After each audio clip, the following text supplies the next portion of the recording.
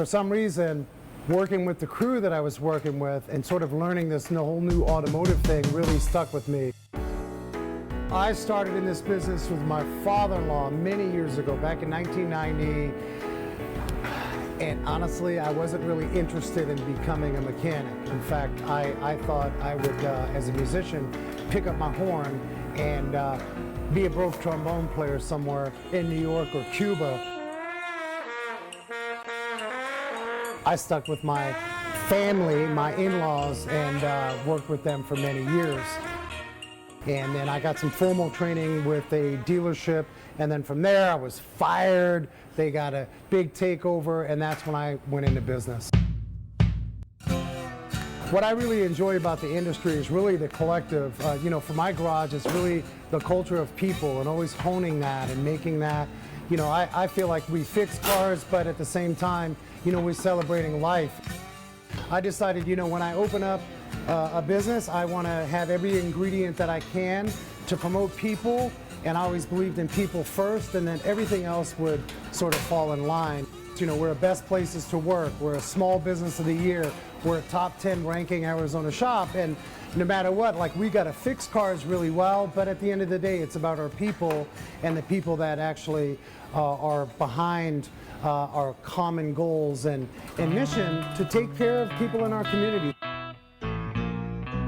One of the biggest challenges that I had early on in business was the ability to, let's face it, make a profit. You can have a lot of cars in front of your shop and you could be losing money. And so our first garage way back in the mid-90s was a lot of busy work and just doing. And I quickly realized that you got to have a plan in place. You got to have policies, you got to have procedures. Otherwise, it just doesn't work. It's hard to assemble a team when they don't have the expectations of what's the goal today, what's the goal for the month, and that sort of thing. The other thing too is that we had a tough time pricing out a labor rate that was going to keep us profitable, as well as pay people really well to do the good job at hand that we were demanding of and providing that service experience. So there was a lot to learn, and that's why I really enjoy sharing that with the rest of the industry. Not that we have the holy grail, but if I see a younger mechanic or I see a younger shop operator, we can share our story and hopefully help them, and that's really key.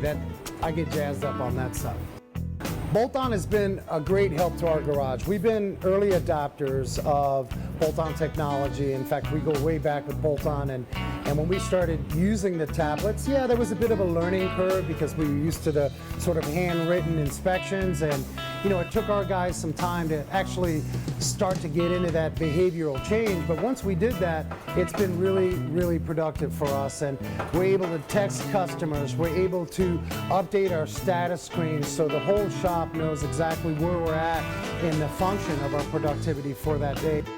It's a win for us. I mean, let's face it, when people come in to get their cars fixed, they're like, oh, mechanics are ripping me off. And so to have that added layer of an inspection that's really detailed just helps us out, and it really increases our ability to be transparent and ultimately present work and keep us profitable.